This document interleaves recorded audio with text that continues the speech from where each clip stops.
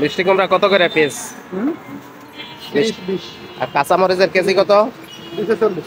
আর ওই যে কচুর ছড়া এটা 80 টাকা। আলু কত চলে? আলু 160। তারপরে হলো যে যে পটল 40। দাম জানতেছি। হ্যাঁ 40। বেগুন কোনটা কত? লম্বা 80, সাদা 90, কালো 100। বরবটি বরবটি বরবটি 120 বেশি 10 কম করা যাবে। পেঁপে কত? 50। তাহলে মোটামুটি তো সবই নাগালের বাইরে চলে গেছে পাবলিকে। সম্মানিত দর্শক শ্রোতা, আপনাদেরকে আজকের বাজার দরটা একটু দেখাইলাম। আসলে বুঝতে পারছি না বাজারে কি সবজি নাই এখন।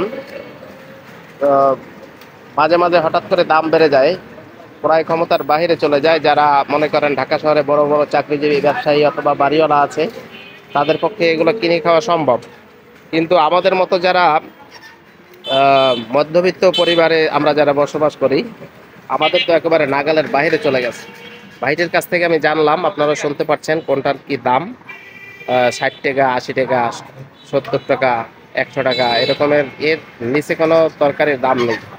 কাঁচামরিচ যেন কত বলছিলেন? 240 টাকা কেজি। 240 টাকা হলো কাঁচামরিচের কেজি। পালং শাক হলো গিয়ে আপনার 70 টাকা কেজি, লাল শাক 60 টাকা কেজি। এই লাল শাক, যে শাক ধরেন মনে করেন এক মোড়া শাক আমরা 10 টাকায় কিনতাম, অথবা কোনো কোনো সময় 2 মোড়াও 15 টাকায় কিনতাম, তাই না ভাই? এখন এক মোড়ে 20-25 এক টাকা। মোড়াই বেচতে হয় 20-25 টাকা। এই যে লাউ আছে দেখেন, আপনাদেরকে লাউ দেখাচ্ছি। এই লাউগুলো কত করে বেচেন?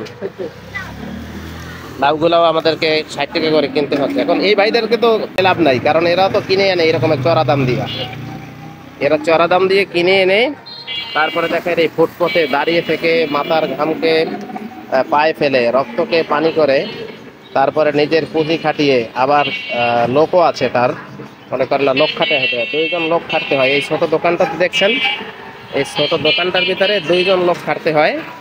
এরপরে যে ব্যবসা হয়, সব হিসাব কিতাব মিলে দেখা যায় যে তারা যে ইনভেস্ট যেটা করেছে, ইনভেস্ট থেকে হয়তো আমি জানি না যে 1,500-2 হাজার টাকা ব্যবসা আছে কিনা। তো এই জন্য বলবো, বিক্রি করতে পারলে হয়।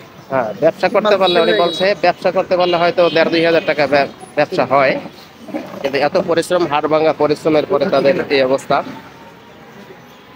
তো এই জন্য বলবো, যারা এই তরকারিগুলোর দাম বাড়াচ্ছে, যেখান থেকে বাড়ছে, তাদেরকে আইন শৃঙ্খলা বাহিনীর দৃষ্টি আকর্ষণ করছি, আপনারা একটু তদারকি করবেন, এগুলো তদারকি করে এর ব্যবস্থা নেবেন ইনশাল্লাহ। তো ঠিক আছে, সবাই ভালো থাকবেন, ধন্যবাদ, আল্লাহ হাফেজ, আসসালামু আলাইকুম ওয়া রাহমাতুল্লাহি ওয়া বারাকাতুহু।